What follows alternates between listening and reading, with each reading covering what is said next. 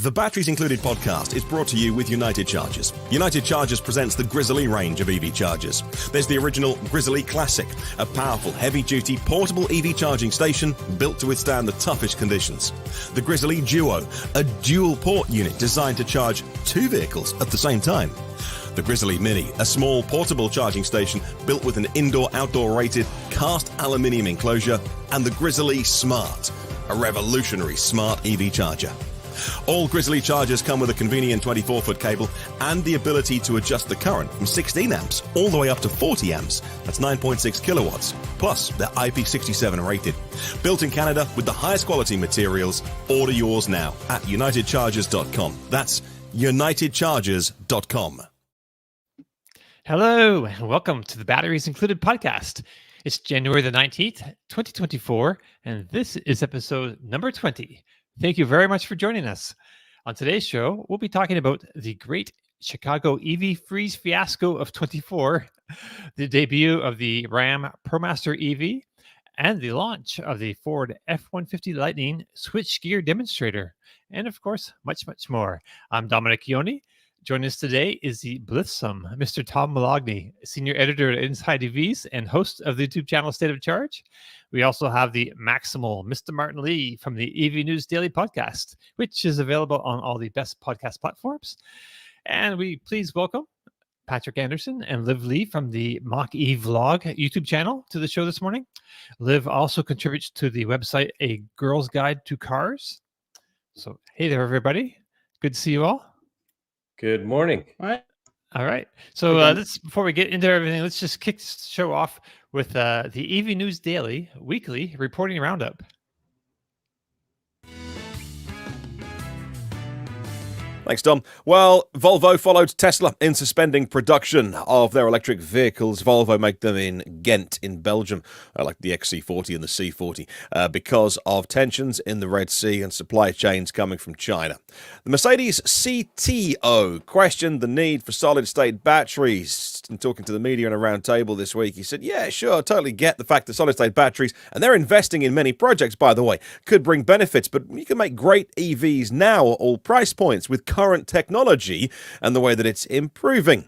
Which leads me to this one. Panasonic said they would launch enhanced EV batteries in 2024, a 10% improvement on the batteries that they make. Of course, the OG partner of Tesla, who these days does have many suppliers of batteries, but back in the day it was Panasonic, but there's still a big investment at the Gigafactory in Nevada and still making improvements in the battery technology. Same form factors, but what goes inside, I think people often forget, is vastly improved. Whereas Honda's CEO suggested that a breakthrough like solid-state battery technology is crucial to make cost-effective EVs, at least if we want them before 2030. And Japanese bedfellows Nissan delayed the start of production of 2 new electric vehicles to be made in Canton, Mississippi.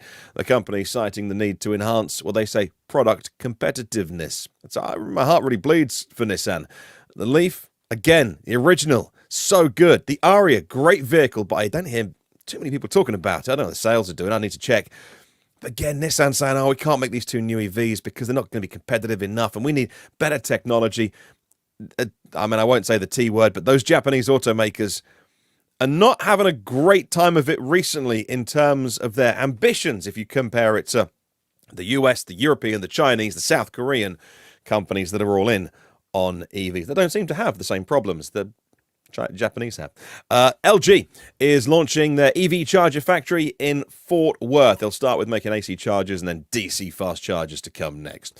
The spicy Volkswagen ID3 GTX, GTI, call it what you will, is going to be a rear-wheel drive model. I'm not going to re-engineer that to be all-wheel drive, which GTX I think means all-wheel drive.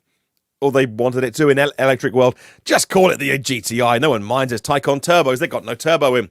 Well, contrary to what Mick Jagger and Keith Richards would have you believe, EV owners can get some satisfaction, particularly Rivian R1T owners and Hyundai Ioniq 6 owners, topping the Consumer Reports survey of buyers for if they'd buy another one.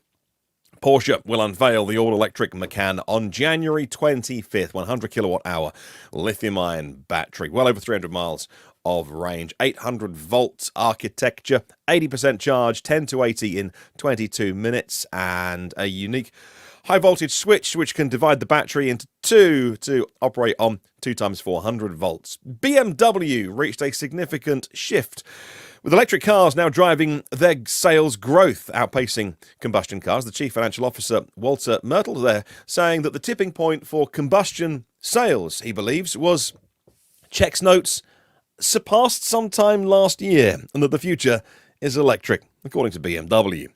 Dodge introduced some photos of their Charger Daytona SRT, the performance electric vehicle, in a pre-production format, still due to be released by the end of this year.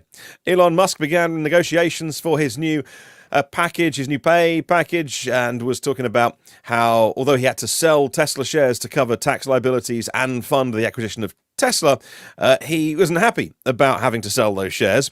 Took him down to 13% control of Tesla. There are some intricacies of when things vest which haven't fully happened yet, but I won't bore you now. Basically, he wants 25% control of Tesla, many interpreting that as the first opening salvo in negotiations of, hey, give me some more stock. Some shareholders believe that his launching of AI businesses himself outside of Tesla is not only a conflict of his duties as an officer of the company, but also using Tesla as his personal piggy bank. Let's talk a little bit about the Swedish energy storage company Northvolt securing a $5 billion project financing to expand their gigafactory in northern Sweden. EV education and advocacy organization Plug-in America have been around longer than most, has received a new $5 million grant from the DOE to educate people on electric vehicles, just as we do here on this podcast. We'll get our grant application in. Tesla slashes their car prices across Europe. The Model Y long range is now $49,990. That's euros, lower by over 8%. That's a beefy price cut.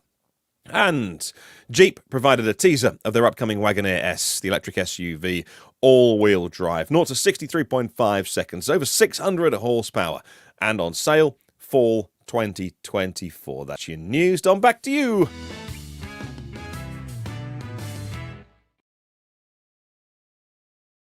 That was great, Martin. Thank you. I think my mic was muted there.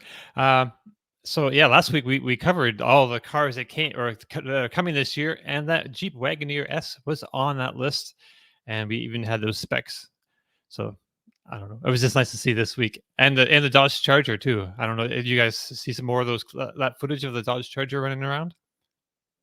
I don't know. Looks Yeah, good. I'm just hoping they come this year. I mean, they reiterated both of those vehicles after our show last week. So Yeah. let's hope Right. it happens. We need more vehicles. All right. So if you looked at the news or social media this week, I just closed my notes. That's awesome. You may have heard about Tesla owners having huge charging issues. Of course, the country just got hit by a polar vortex, and it's been extremely cold. A lot of EV enthusiasts have seen the headlines and just like written them off as like anti-EV FUD. And now on the other side, the headlines have confirmed in the minds of many that EVs just aren't ready for prime time. So although he unfortunately can't be with us today, as he's like somewhere over the Atlantic making his way back from Germany, Kyle did us all a solid by stopping over in Chicago a couple of days ago just to kind of check out what was going on with the EV charging situation there. So according to Kyle, it seems like the extremes are both wrong, and the whole situation could have been avoidable, at least to some extent. Yes, I believe some supercharger sites were completely down, and maybe we have a Merchant in the comments here. He was with Kyle on that video, and I believe I forget what he goes under. It doesn't go by his name. He goes by his YouTube channel. Charging the road. Thank you, Liv. Right. So yeah, feel free to correct me in the comments there if I get any of this wrong. But yeah, so some of the supercharger sites I understand were completely down, which is extremely rare. And Electrify America and EVgo sites had some pedestals down, which is less surprising. But the whole situation was made worse, I understand, by some drivers not understanding how batteries really work in cold weather. So throughput at the chargers was slow, with some people waiting like 5 hours to charge. And and that's because the batteries just don't charge below 32 degrees Celsius, right? Or 32 degrees Fahrenheit, 0 degrees Celsius. So Tom, you live in New Jersey, and where you get winter weather. So what happens when someone plugs in their car when it's below freezing? Yeah, so, and excuse me, my voice still isn't 100% back yet. I seem to be struggling to really get this past me, but I feel okay. So, um, you know, the chemical reaction inside the battery slows down, and pretty much everything slows down when it gets cold, not just batteries, but the chemical reaction slows down, and it doesn't allow the batteries to even accept power when they get to a certain temperature. And what will happen if your EV battery pack is really cold soaked and it's too cold, when you first plug it in, most EVs now, not some EVs, particularly the older ones, might not even do this, but most of the new EVs, what they'll do is they'll take power from the charger and they'll use that to warm the batteries before the charging process even begins. And in an extreme case like we had here in Chicago, where it was very cold for a prolonged time, there were a lot of these vehicles that were cold soaked out on the streets for many hours. And they, were pulling up to charging stations with very low stated charges, and just, their batteries were just below the temperature that they could even accept power. Some people didn't understand that the vehicle needed to plug in and warm itself up for a while before it would even start charging. So they were like unplugging and going to another charger, and it was like kind of chaos. And then, and even the people that knew what was going on, their vehicles would take 2 or 3 hours to charge, because the first hour was just warming the battery. And then even once it starts charging, it doesn't pull, 200 kilowatts like they're used to seeing. It's going to charge at a lower rate. So this all kind of, like, there were a bunch of problems that stacked up. Some of the supercharger sites were out. Some of the sites that were working, the plugs were frozen because maybe the person didn't holster the connector right and it laid on the ground and it got ice built up in it. Tesla's superchargers also, and I've noticed this, do have issues sometimes where, particularly in rainstorms and ice storms, if ice does build up on the holster, if there's blowing water, the connector itself won't hang very well. And if it's windy, it can actually fall off by itself. So it might not have been people leaving them on the ground. The connectors might have blown off and landed on the ground, got frozen. So now you've got this perfect storm of the vehicles are charging slower. A lot of the people in the Chicago area here use Teslas for rideshare, Lyft and Uber. So they might not understand how the vehicles work as well as, say, an owner would. And of course, they can't charge at home. They don't have the opportunity to charge at home. So you had all these Uber drivers trying to figure out why their car wasn't charging or why it was charging slow. Some of them, some of the stations weren't working. Some of the individual chargers weren't working. So there were less stations, more people, more time to charge, and it all just kind of stacked up. And you got to this point where there were queues, 30, 40, 50 Teslas deep trying to plug in. And then the people sitting in their cars waiting to get to the charger, hours and hours and hours, ran out of energy because they had their heater on and they had to get towed. It was like chaos. But, there wasn't, it was a bunch of small issues that stacked up to create this problem. But it's a legitimate problem. We can't just gloss over it and say, oh, that's just the media blowing things out of proportion. This was a legitimate problem in this area, and we can't sugarcoat it. This is why we need more charging stations. We need more even research on the stations that we have out there to make sure they're robust and can handle any temperatures. You remember last year, some of the new Electrify America sites went down completely in the cold weather. Now, we typically don't see this with Tesla equipment because Tesla seems to have things figured out. But in this case, there were some Tesla sites that appears to be affected by it got really cold and it knocked a couple of them out. We don't know the exact reasons. It could have been power issues on, and not the actual Tesla equipment. But, this is all, we've had 120 years to perfect and refine gasoline refueling. We're like a decade into EV charging. So there's going to be a lot of skinned knees. There's going to be a lot of issues we have to work through. But this was a bad one if you lived in the Chicago area. And it reminds me more, every time we see something like this, it reminds me more about how we still need robust level 2 charging. particularly for people that don't live in individual homes. If you live in a single family home like I do here and have a garage with a charger or two that you could plug in, this problem does not happen for you unless you're on a very long road trip. One of those times you're on a road trip, you won't experience this because you're charging at home. You leave every day, fully charged. This is for the people that live in the urban areas that there's not enough charging, can't charge at home. But so these urban areas, we have to start getting infrastructure that's not just DC fast. So just think of all these Teslas that the people that were on that were on ride sharing, if they could have been plugged in overnight in the garage or the parking lot, wherever they park their car, or even curbside, and had the vehicles preconditioning, warming the battery, so that's a huge thing that we have to get better. Of course, we need more DC fast charging out there for long distance travel, but I think we need to get people off of DC fast charging as their regular charging. Even the people that don't live in a private residence, that can't charge at home, that live in apartments, multifamily dwellings, level 2 charging, slower charging still is the best way to go. And it's even better for the battery.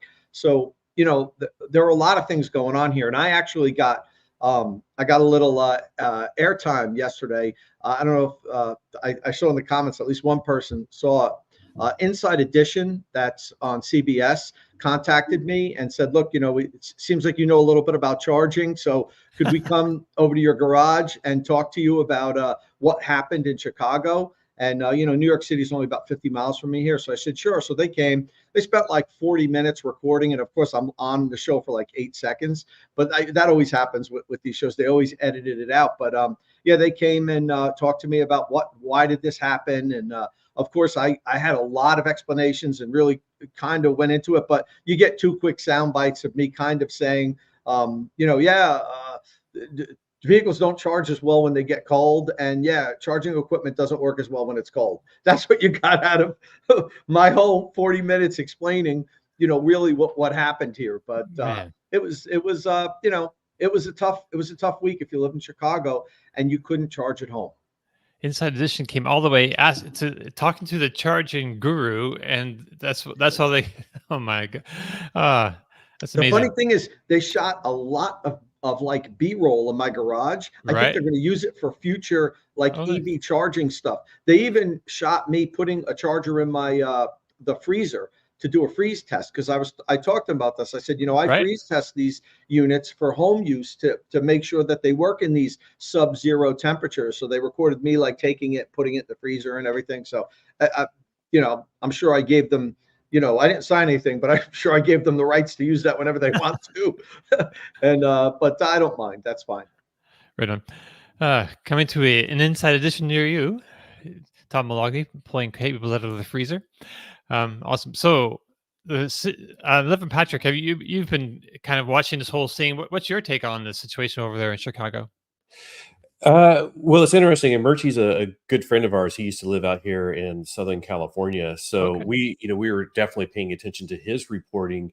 And, it was one of these things I think Kyle mentioned in his videos, like sometimes you see this stuff on the mainstream media news and it's like, EVs are bad and they're dying in the cold weather. And you're thinking, yeah, that's just the news. They just want to say that. But then we were seeing Norway, right? Yeah. We were seeing Murchie reporting the same thing. And it seemed like, it was an actual real issue. And then it as Tom was saying, it just, everything stacks up. And I sort of was thinking about it because we were in Vegas last week for CES and we kept trying to DC fast charge, and it was EA, every single station was, except for one in the city, was full every single time I checked it, the entire week. It was I was checking at 6 o'clock in the morning, I was checking in the middle of the day, I was checking when CES ended, and I was checking at 11 o'clock at night. And I was like, I'm going to be able to do this at some point. And the Tesla chargers were full as well. And all it took was a little bit colder temperatures, not, it was Vegas cold. And then you bring in a bunch of tech nerds that all have Teslas and Polestars and whatever. So it's something that, part of it is, the Uber and Lyft programs, just making it so easy for those drivers to get an EV, which is great. But it's also, the problem with like, how do you plan an infrastructure, say like in Chicago, and it may be, you don't want to have a ton of extra chargers, but if you have like 25% extra capacity, but now people need to charge more often because their range isn't great. And then when they get to the charger, they're there maybe twice as long. So now all of a sudden that charger that was 75% full last week is now at 200% over capacity or under Right. capacity, however you look at it. Right. And I would have loved to have blamed this on the free charging programs, because I love to kick that whenever I can, but it doesn't seem like was the cause here. It doesn't seem like these the sites that had problems were all littered with ID4s and other vehicles that got free unlimited charging, which is still a tremendous issue. This really seemed like a lot of it was the rideshare drivers. Right. The Uber drivers, and a lot of them had Teslas, and the LFP Tesla packs were having more of a difficulty in colder temperatures, which we know is the case. So I can't blame it on my usual punching bag. So one of the interesting things about this whole rideshare program driver situation is that most of those people have like single motor versions of the Tesla, like Model 3, Model Y. Hey guys, welcome back. So yeah, they have like the single motor versions. So Tesla uses heat scavenging from the motors to heat up the batteries. So if you only have one motor, that's like less heat to scavenge from. So on his video, Kyle was saying that it's a good possibility that with extreme temperatures like this and the wind blowing, it's actually whooshing under the car and cooling the battery is almost as fast as it can be heated up by that little bit of heat in those single motor cars, with the LFP batteries. Also, I think the LFP also plays into this a bit. But I also wanted to mention that, right, Murchie mentioned he wanted to see rideshare drivers having their own charging resources, like their own, fenced-in yard or something, and we don't want to blame the drivers. Like, let me just put this up here on the screen real quick. Don Sullivan was saying too many people are blaming the drivers for this. The manufacturers need to redesign the cars so the driver doesn't need to learn all this if you want EVs to go mainstream. And that's a great point. But you kind of have to know a few little things. Like we know all about the little, the vagaries, the little situation, the things with internal combustion vehicles, because we've had them for so long. We're used to the things that they do in certain conditions. But so this thing with electric vehicles, it's just a matter of knowing about how batteries work in the cold. But then again, too, so in the well, I'm getting ahead of myself. So in the ride sharing programs, it seems like, and a lot of these are rentals, it doesn't seem like they're getting any education at all. Like they're just giving them these cars and putting them out there, and they're going to these charging stations and sitting there forever, and also charging to 100% instead of 80%. Like a lot of Uber drivers will do that, and between 80 and 100%. If you're unaware, the charging has to slow down quite a bit, so it just makes that whole situation that much worse. But I do agree that we can't. The technology has to evolve to be able to handle this. Either I don't know if it's like a matter of solid state improving the whole situation, or just a smarter software doing heat management things, in the background, and it's got to be to education, hasn't it? Like we can't rely on technology to fix what is essentially education. Yeah, I think we need a blend of both. I mean, technology can only do so much, right? So it has its limits. Yeah, and also this was not a one-off, but it was an exceptional circumstance. Mm-hmm. So you mentioned Norway, which is a really good example. Very, very high EV adoption rate. 80% passenger vehicles in 2022. It was like 91.3% at the end of last year. I've not seen the yearly figure for 2023 of plug-in and pure BEVs in Norway, but there is no other environment in the world for testing EV performances, and EVs run just fine in Norway because people know how to use them. Not only have they run fine this year and last year, but have done for years, but also because as I'm sure our Canadian viewers and all sorts will attest to, driving combustion cars requires sometimes plug-in heaters so that your car will even turn over and all those kind of things. Now, this week it was -4 Celsius for me, which is 25 Fahrenheit, which is nippy down here on the south coast. We don't often get minus temperatures. Didn't snow, no moisture in the air. But in Norway this week, we were getting the Arctic blast that was coming down, blowing. It was a northerly, so it was coming down through the Nordics and hitting the UK. It was -23 in Norway, which is -9 Fahrenheit. And so we didn't get overrun with articles from Norwegian news outlets losing their mind. People just got on and went to work and took the kids to school and do what they do, partly because they're used to it.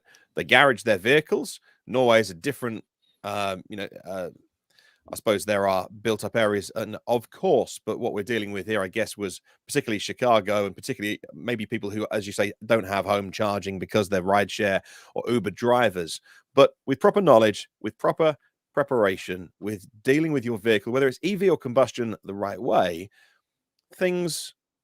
It's absolutely fine to drive an EV there. There's no better proving ground than Norway, which is the world's biggest EV market. And the roadside assistance service is there in Norway, saying this week, off the back of all the craziness coming out of the US, and scratching their heads and going, what's all the fuss about? One of the Norwegian recovery companies came out and said, look, in all of our stats, EVs are far less prone to breakdowns when the temperatures get really cold than combustion.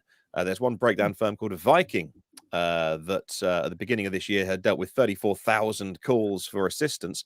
13% were EVs, and a majority of those were not. Our battery won't charge. And so a lot of it's education. I also must say, I think Tesla got a good kicking unfairly this week, because they are the poster child of electric vehicles. And I saw a lot of articles over, I suppose, the ones that target Elon Musk particularly because it's clickbait and they're going to get some clicks on that, but also just saying, Tesla doesn't educate their owners. I couldn't disagree more. I think Tesla do more than anyone to talk about whether you should top charge your vehicle, whether it's 80% or road trip 100%, or you got an LFP pack in yours, so please do charge to 100% because the BMS needs it to calibrate. But also, I'm sure Tesla have talked in the past about never going below 20% in extreme cold weather and having your vehicle plugged in. I can't think of a company that's done more to educate people than Tesla over the years. So that was I think it was an easy kicking, and I think Tesla took a beating this week very, very unfairly. I did see if I can bring this up. I did this morning, knowing we were coming on air, and it was -4 last night. Plug in car scanner for the first time on the Polestar, because as viewers know, I've had a Polestar for 2 weeks now, and I've not used the OBD Dewberry. So I plugged in my Dewberry, and let's see if I can bring this on. There's a profile for XC40 recharge, so I chose that. It's all the same car, same settings, and it worked. And this is what it was showing me this morning. So I think these ones down here, which are drivetrain coolant temperature and coolant stuff, is down here, which is the kind of 20 degrees, low 20s, which is pretty warm. It was -4. But there were two up here. Oh, there was 3 sensors up here, which I think it was the HV battery coolant inlet. So what I'd done is I'd set my departure time for 9 a.m. this morning, about 8:30 actually, take my little one to school, and it worked. It worked perfectly. So I went to bed last night and thought, I know in the Polestar there's not a manual button that says preconditioned battery, you heat it or cool it, because I'm heading to a charger. Obviously, it runs Google, so if you do navigate to a charger, it will do that because it runs on Android. So I read the manual for all of 30 seconds, and it said, if you want to precondition your car, there are 2 things. There's cabin preconditioning, and don't confuse that with battery preconditioning. And if you want to precondition your battery, all you have to do inside the app is set your departure time, and that tells the car to heat up the battery so that you don't drive off and get the little snowflake icon, which is over the battery if you want high performance driving. And I thought that took me 30 seconds on a new car of just Googling it. I know I'm a little more in EV world than the average person. And I did it, and I checked it this morning, and it seems to have got to like 69 degrees if I'm looking at the right thing. And it has heated. Certain bits of the car were hot. But again, I've never looked at those sensors before. I need to learn more about them. What I just showed you. It's the first time I've looked at them today. So I think a lot of it's education, Dom. Yeah. I agree, Martin. But one of the things I'd like to see personally is, and I know that there's the owner's manual and the tutorials built into the Tesla system.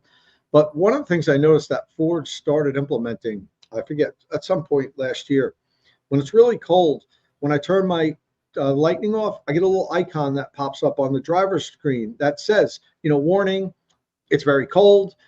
Best practice is to plug in your vehicle. It'll keep it nice and warm, and you'll improve your range. I like that. I know that, but there's a lot of people that don't know that, and I'd like to even see it one step further. In an instance like this in Chicago, where there was obviously, hundreds, if not thousands, of Teslas that were having difficulty, and the batteries were too cold so to even accept power. They could have a pop-up on the whole center screen that's like warning. The temperature is dropping, your battery's getting to critical temperature. Plug this in as soon as you can. It's going to charge slowly. For the first 20 or 30 minutes, you may not be even accepting any power into your battery. That's how batteries work.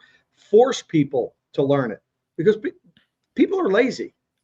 Not everybody even wants to spend 5 minutes looking at the owner's manual, Martin, like you did. And I would just stick it in their face and make them read that. And have it has to remain on the screen for 5 seconds before you're even allowed to close it out. And just kind of reinforce this cold weather, issue, because you say, well, if they don't want to learn, that's their problem. They'll be stuck stranded. But it's not just their problem. This turned into other people's problems because there was a pool of people that maybe didn't understand their vehicles, didn't do the right thing, and that affected hundreds of other people that maybe do understand and was just trying to get some energy and couldn't because there was 50 dead Teslas in front of them trying to get on the supercharger. So I would do some kind of campaign with pop-ups on the screen that explains cold weather charging performance. And they could even do that when it's cold outside, right? They know what the temperature is in that area. So, hey, special message for you guys, because the temperature is, say, it's supposed to be getting down to the, deep into the freezing range. Little message pops up just to give you some hinters and pointers of what to do with that. Yeah, I saw that on the. I like Smidge 204's answers. Lock the doors until they acknowledge the message. Lock them in. You can't get out until you read this damn thing. It's a good point, because I think that's a great place to do a lot of charging education. So I like when you plug in a Tesla and you're at a busy charger, it's like, hey, you're only going to charge to 80% unless you override that.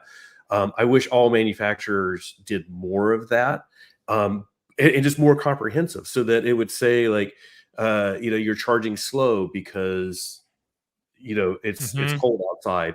You're charging slow because it's getting toward the end of the charging curve. But also, and I know everybody will probably appreciate this, like when you have a Bolt owner that plugs into a 350, it says, hey, you're plugged into a 350. By the way, you're not going to get 350, Right. Because we get a lot of that type of thing. We're active in the forums, and we see a lot of people that are like, I don't know why this isn't working. I don't know why I'm derated. There was one time I was helping out a Nissan Ariya owner, and he was like, I don't know why he just bought it. And he's like, the guy just told me it'll charge at whatever speed. And I'm like, but you're on a 50 kilowatt charger. And he's like, what does that mean? And I'm like, and it's like, yes, he probably got a lot of information that day. He probably got his education a little bit, but if if in the car is like, hey, the charger you're plugged into is only 50 kilowatts, you're not going to charge any faster if there are other faster. And then of course, the car should also recognize, like, hey, there's 4 other 150 stations at this same location. Why don't you try one of those? I have to give a shout out to whoever said that Clippy needs to come back. That's adorable. I want Clippy popping up, and I feel like that would be very welcome. Oh, I see you're trying to charge, and it's cold. I think a lot of Gen Xers would get triggered. I don't know. Clippy. For those who don't know, who aren't old like me, that was a little Microsoft animation thing that would give you tips and hints back in the early 2000s. Clippy, or was that in the 90s? Maybe 90s even, right? Yeah. I don't know. All right. So basically, though, what's the takeaway really for our viewer, for our audience? If you're not familiar, if people are watching this who aren't familiar with EVs, basically, when you get in super cold temperatures like this, what is the advice? Just plug in beforehand, preconditioned. I don't know, Tom. How would you explain precondition? Because not every car even has precondition. I understand Volkswagen ID4s. Do they have preconditioning? So every vehicle has different type of precondition. Not all of them have preconditioning, but Okay. all the vehicles have different types of thermal management systems. Okay. So, like for instance, the Lightning that I have, when I first got it, it didn't precondition for DC fast charging. But then Ford pushed out an update that now, if you set the DC fast charger as a destination, it'll start preconditioning the battery once you get to 20 miles out from the destination. So all the vehicles have all different preconditioning. The ID4 initially didn't have it. The newer ones do. So, it's hard to put a blanket and say this is what you do with EVs because they all act differently. But in general, if the vehicle you're driving does have preconditioning, when you set the destination in the nav system as the destination, that's when it'll recognize you're going to charge and it'll precondition. Very few EVs allow you to manually turn on preconditioning. Very few. Right. I think they all should, but I think the companies are concerned that people don't understand how to use it, when to use it, so they don't give you the option to do that. So basically, the good policy is if you have an EV, even if you know where you're going to, when you're going to a supercharger or DC fast charger, set that as your destination in your vehicle's navigation system, even if you don't need directions to get there. And if your vehicle does have preconditioning, that's when it will turn itself on, unless you've had that turned off in the settings of your vehicle. That you can actually turn off precondition on the way to a DC fast charger. So this stuff's complicated. There's no one easy way for us to explain everything to everyone, Don. But yes, that's what I would do. I would also urge people to try, if you're in an instance like this with you think there's a problem, it's super cold, you hear that's people, try to go to the DC fast chargers during off hours. That might mean getting up super early one day or staying up late one night when it's less of a crunch. Also, see if you could find public AC chargers. They're out there. And a lot of people don't use them because it just takes too long. But you know what? If there was a level 2 charger a couple miles from your house, you could go the night before, plug in, leave it there overnight, take an Uber or something back to your house, and then in the morning go get your car. This was an extreme case. It's hard to guide people to have a deal with something like this. But right. In general, like you said, yes. Keep your vehicle at a high state of charge. Some people, maybe when it gets really cold, some people charge once a week, maybe charge twice a week. Keep your state of charge higher. Precondition on the way to the charging station. See if you can park in sunlight. That, believe it or not, that makes a difference. Even when it's really cold out, if you're parked in direct sunlight, the battery could be 10 or 15 degrees warmer. And that makes a big difference. There's not a lot you can do if you're parking out on the street and it's below zero, Dom, other than keep your state of charge high. See if you can find AC chargers and precondition. Right. Yeah, AC chargers are the thing that really helps a lot for a lot of owners, at least. Yeah, so we need to get some. I know people that even just plug into level 1, 120 volt during this. It might just barely be enough to keep the thermal management system going. You're not going to be gaining any miles, but you might have the battery 20 or 30 degrees warmer. So when you do go charge somewhere, it'll immediately be able to accept power. Right. But and just one last thing before we move on, I thought I would just remind people that when we say precondition, we mean it basically is just a heater in the battery. It's just heating up the battery, basically. Yeah. Well, there's two preconditions. You need to be careful what you talk like. Okay. Because no, you're right. I'm just saying that when we see it in the manual or whatever, or the app, and it says, "Do you want to precondition your car?" that probably means the cabin, not the battery. Yes. This will give you a laugh on. I found it on Reddit because I was just researching if the ID4 does have a preconditioning. At the delivery, my dealer told me that it's important to turn on the air conditioning at 21 degrees and wait 5 to 10 minutes before departing. This sounds nonsense. Yes, It my does. friends. It does. Yes, it is nonsense. The air conditioning makes no difference to changing the battery temperature. But there we go. Oh my God. Further down that thread, it does say that in software 3.5, buried somewhere is a precondition Yeah. battery button on the ID4s now and the ID5s. They So, added it. Yeah. Okay, cool. Sorry. All right. Yeah. Well, thank you, Mark Norman. Appreciate that. Mark, thank you. People used to literally break their arms crank starting their cars in the early days of ice. This too will pass. Good points. Good. It's very true. It will pass. It'll be a whole different world in 5 years from now. EVs, I think. Yes, but let's move on because we got some good stuff to talk about here. Patrick, I understand we should all be a little bit jealous of you right now. So not only did you get to attend an event a couple days ago where Ford unveiled this F-150 Lightning switchgear demonstrator vehicle, you got to ride in it with Von Gittin Jr. behind the wheel, and not only did you get to meet Ford CEO Jim Farley, which I think you may have met him before actually, but he also drove you around a track in the Ford Super Van, which is like an electric, like it sounds, super van. That's nuts, man. I understand you went on behalf of Out of Spec Studios, so there's this footage should be up on their reviews channel as we speak. But tell us a bit about the event first, and then we'll get into the switchgear itself. Sure. It was actually like while we were at CES, we were sharing an Airbnb with Kyle, and he was like, hey, I just got this invite to this Ford event. I can't go. I'm going to be in Germany. He's like, do you guys want to go? And Liv and I were both hoping to go, but it was very limited, the number of slots that they had. So I flew out to Charlotte, North Carolina. It was at the Charlotte Motor Speedway, and the event was actually to kick off the 2024 Ford Performance Racing season. So they have a lot of ICE stuff. They had the GT3. We got to tour Multimatic. So that was awesome. But for our audience, I know they're excited by the EV stuff, and I was super excited. And they alluded to in our schedule of like we were going to have special drivers that were going to give us rides, but they didn't actually say exactly what we were getting rides in. I figured it was the switchgear because they mentioned, that we did get the embargo stuff that like, hey, the switchgear is coming out. And this isn't like something that's going into production and you're going to be able to order. It is like the Mach-E 1400. It's built by RTR in conjunction with RTR, which is, Von Gittin Jr.'s company. And the whole idea is like they're going to take it, they're going to enter it into some like expos, demos. Hopefully they'll take it around and people will also get to ride in this as well. But it's the idea is like to sort of like demonstrate like how cool EVs can be. Maybe get away from how far can it tow, but like how cool can it be?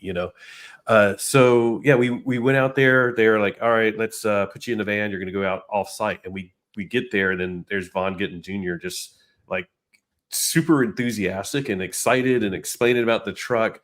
And the video filming was like so rushed because they literally were like, as soon as he finished, he talked for like 2 minutes. They're like, all right, grab helmets. We're going to start putting people out. And I think I was in the second go round, and it was just amazing. Like, first of all, when they said special driver, I didn't realize it was going to be Von, but that was cool. Right. And then they give us our helmet. They're like, I chose to get in the back because I was like, this will give me the best view and I can see him like navigating. But I didn't know what the course was going to be or anything like that. But I should mention switchgear is basically a Lightning XLT.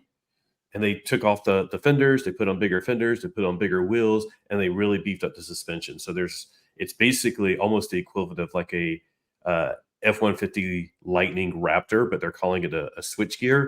Right. So it's not as outlandish as the Mach-E 1400 was. Like nobody could build that. But I actually asked Vaughn, I was like, an enthusiast could almost do this. He goes, oh yeah. If you go to a true off-road shop, you could probably do this with your Lightning. You'd have to spend money, but you could do this. But yeah, stock powertrain, but just a lot of suspension upgrades. And oh my God, like just like floored it going through the woods, just flying. And then he goes, "Are you guys okay? Like getting airborne?" And Oh, like words did not make sense. Of lightning airborne, and like right. we did the jumps. It was just amazing, like how powerful this was, but how the suspension was handling everything. Afterwards, we actually had lunch, and I was talking to him a little bit, and he was just like, "This is such a fantastic platform." As we all know, EVs with just the instant torque, and he's like, "There's a lot less that you have to manage when you're in an EV. You got to deal with the weight, and there's some other little things like in a gas Raptor." You have a lot of the weight up front with the engine, and the back is Right. not as heavy.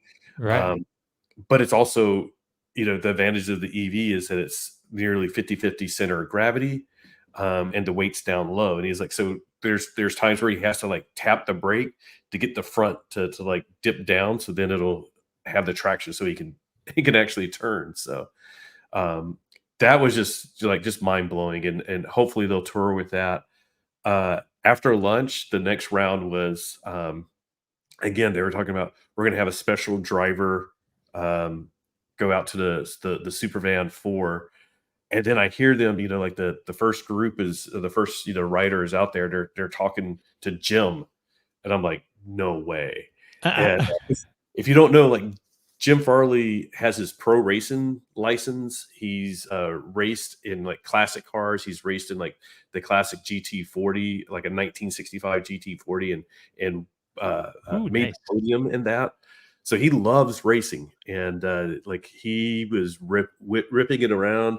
Um, my brother saw the video, and he was like, which was scarier, the riding in the switchgear or riding in the super van? And I'm like, they were both just so intense. The Super Van 4, if you guys don't know, it uh, went up Pikes Peak last year, and Right. in the open class, it shaved 25 seconds off the record. So it went up in 8 minutes and 47 seconds. It just, and then it handles a track like this, just no problem. That's amazing. Actually, just that now that you just mentioned Pikes Peak, in some of the footage somewhere I watched of during the, I think it was during the presentation, the live event when you went there, they had a live video event in that evening when you were Yes. there, and they mentioned there's some new undisclosed Ford EV is going to go up Pikes Peak this summer. Yeah. They again, it was a kickoff of their racing and demonstration season and all of this stuff. Right. And they specifically mentioned Pikes Peak, and they said, we're going to be back at Pikes Peak with something all new. So, Right. So it's not T3, you think, is it? The next Ford pickup truck? ooh, I think it's going to be another custom build. Okay. It may be because it was like Super Van 4, and then they named it Super Van 4.2. They did modifications to go at Pikes Peak. It might be like Super Van 5 or something like that, or Okay. maybe something that looks more appropriate. The Super Van 4 is just it's almost like a goofy looking vehicle, Right. but it's the most powerful vehicle I've ever been in. So, Sure. and by the way, like one of the things I thought was neat was he and the engineers that were there, like, having computers hooked up to the Super Van 4, downloading data and stuff. They were tickled to show like it's still run, like it had the like Mach-E lightning screen in it, and with the drive modes. And I actually was like one of the only ones, I think the only one that got to do 2 laps with them, because they had went in, they came back out, and when we did our first lap, it was in road mode. And he's like, Okay. stay right where you are. And he like brings the screen up, and he like switches drive modes, just like I would switch from Whisper to Unbridled.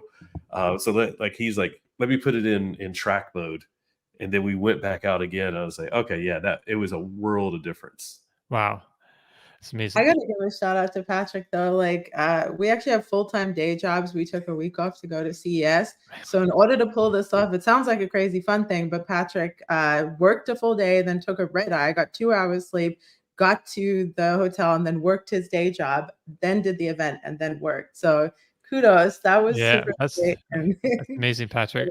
It was worth it. And you know, and to be honest, like I didn't know how spectacular fun this was going to be, but it's I sort of joke like throughout the past couple of years, like I'll get a phone call or something from Kyle, and he's like, "What are you doing tomorrow?" And I'm like, "I don't know, but where do you want me to be?" You know, Kyle is great. I Yeah. know everybody in the chat and everybody here knows that, but he really is. It's thank him for this opportunity. I'm so glad he was in Germany for this.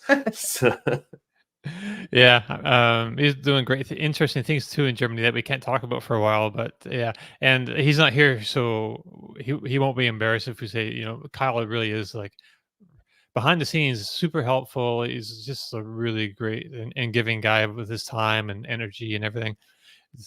Man, it's kind of nuts. Anyway, so just specifically about the switch gear. So just I wanted to give some technical info real quick. So it's got 37-inch tires, which are huge. The exterior bodywork is carbon. I think the cab is not, though, right? no, they just basically replaced the fenders. So Okay, it's and yeah. the box, The box had flares on it, and now right? that I think about it, yeah, it was flared out. I don't know if they replaced the box completely Or just maybe added just like the flares. bodywork on the exterior of the box, maybe. Yeah, I think so. Yeah. Yeah, definitely. There's some, and then they widen the track, so you know, effectively lengthen the axles. So what else? They changed the front. It's got unique front and rear bumpers, so it has better, you know, departure and approach angles. Uh, Custom independent double wishbone suspension at the front, multi-link independent suspension at the rear with coilover shocks, stabilizer bar, custom control arms, rock rails, skid plates, all the stuff, man. So any hints of this making it to like the public really in a electric in a lightning in the future? I don't think so. The one press release thing that we got though said it was all talking about the off road, and then there was like this little thing, and it said something about like and on the pavement. More about that later. So there was like Right. this thing, and I tried to get people to talk about it, but nobody. It was like, no, this is just the switchgear right here. It's what you see in front of you. So nobody wanted to talk about the future stuff, but Okay, maybe they have some weird like so like back in the day, the original F-150 Lightning was like a street performance car. So maybe they want yes. to make like a street performance Lightning, so like a Lightning. Oh, that would be Lightning yeah. does they say Lightning doesn't really strike twice, but I know there's been a lot of requests for lift kits and bigger suspension on the Lightning, and already like the people I know, and Tom can I'm sure talk better about this, but the independent rear suspension is a first for the F-150, and it's on the Lightning, and it just makes it handle really really well. And I don't think it would take much to not to do that type of off-roading, but to do some decent off-roading. sure. I guess that's Tom, not off-roading. That's well, I guess it is off-roading, but vertically. right? Yeah, off planet. Tom, so you have an F-150 Lightning. Are you tempted to do any aftermarket mods after seeing this at all, or just this like just a whole different world from what you're into? Yeah, you know, I love that Ford's going in this direction and wants to, you know, cater to the enthusiasts that love that. I'm not going off road with it, so I wouldn't do lifts or anything like that. It would just kill my range. Um, but I think it's great that they do this. It's, you know, they're not going to sell this, but it's not just a demonstration to show people, look, we can make fun stuff. They learn from vehicles like this, and that's why, Mhm. you know, it has two purposes, from that and also for them to understand, you know, how the vehicle performs in different conditions, what will work, what won't work, and to possibly offer, you know, some sort of a version for people that are really into this. You know, I'd prefer to see, well, you know, I guess you would call it like a Raptor, like a Lightning Raptor version, which is kind of, you know, made for both street and a little bit off road. You know, the Raptor themselves aren't really really made to take extreme off roading. You know, you really need to put lifts on and big, even bigger tires and everything. So but I'd like to see a Raptor version of the Lightning personally. That's what I would prefer over sort of like this extreme off-road version for my personal use. But I think it's great that they're doing this. They should do it. They should offer all type of aftermarket things. You know, when what Ford offers for the Bronco is crazy. The new Bronco, they have hundreds and hundreds of aftermarket suspension parts and body kits and things like that. I actually, when I went to Detroit once with Ford, they had this room set up, and it was like the Bronco aftermarket thing where all the things that they're going to be selling with the Bronco. This was like a year or so ago.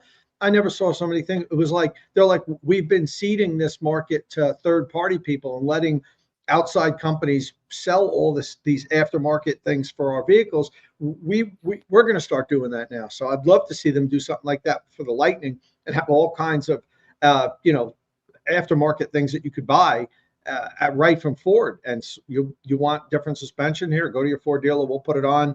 You want this, you want that, sure. I think that'd be great. And they've with the Mach-E, of course, just a few months ago, they announced the Mach-E Rally, which I did ask about that. Like, what, is there an update on that? And they said still targeting spring of 2024, we'll be able to buy a Mach-E Rally. And it's not like a true off-road beast or anything like that, but it has some, good additions, a little bit better suspension, a little bit higher clearance.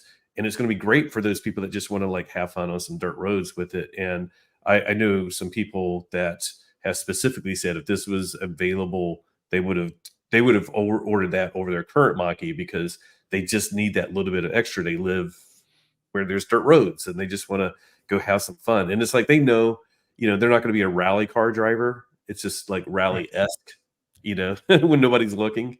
Right. So, yeah, I mean, maybe we'll get something like that with the Lightning, like a light version of the Raptor or something.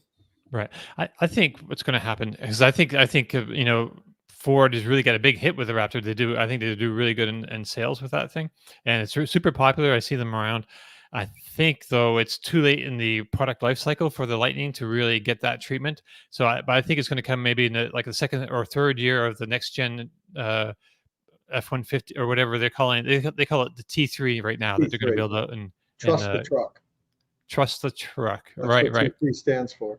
That's right. Yeah. Trust the truck.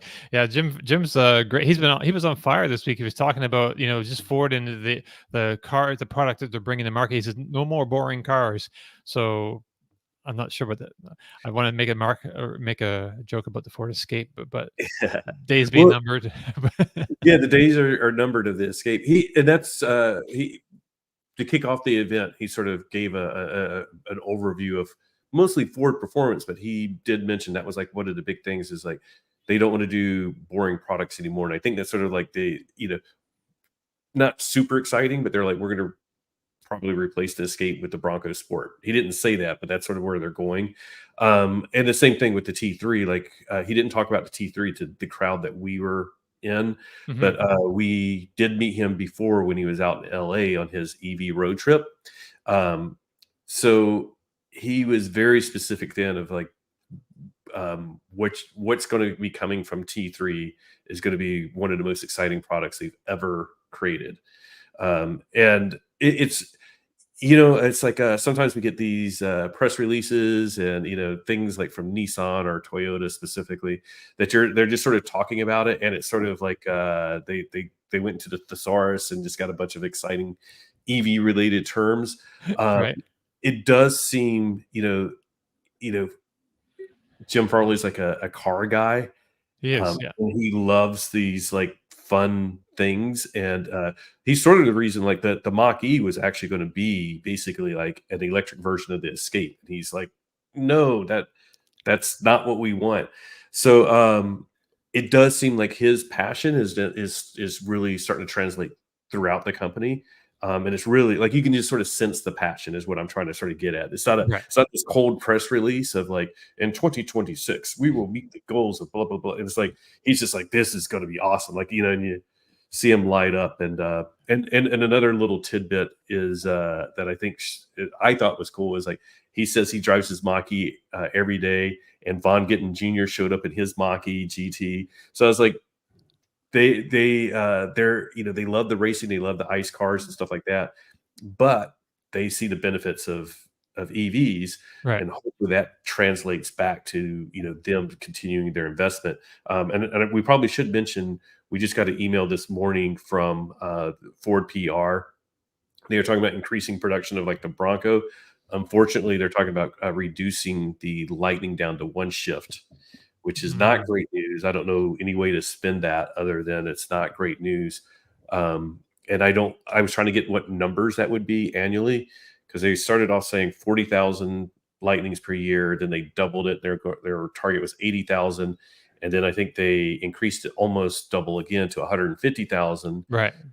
Then a while ago, they were like, we're going to scale back. So I think they would drop back down to 80,000. I'm like, is this still 80,000 or is it going to 40,000 again? Which is still a decent number, but not numbers we were hoping for.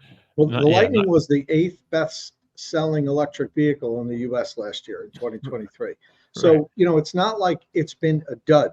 But the fact of the matter is they aren't selling as many as they thought they would. Now, I'm not going to say as many as they initially thought they would, because initially they had very low production projections for it. And then when they saw the reservations, then they said, oh my God, we need to double, we need to triple production. And they did that. They start new lines, and now it's coming down to earth a little bit more. But part of this, the whole thing with Ford, particularly with the Lightning, even more so than the Mach-E, is the pushback that they've gotten from their dealers. Is the problem that there are a vast number of dealers now, particularly in Middle America, that are refusing to sell them, that are not buying the Model E franchise and saying, we're not paying you that money that you said, we're not installing chargers, we just don't want these vehicles. So Ford's concerned, if they're making 80,000 Lightning and 50% of their dealer network doesn't buy into Model E and says, we'll sign up for that 3 years from now, it's not the right time now, they're going to pile up on lots, which I think that's part of the equation. It's not the whole equation, but it's part of it. They're being sued. Ford was sued in a number of states for the Model E that they were trying to do with set pricing and everything. We knew they were going to have difficulty with this.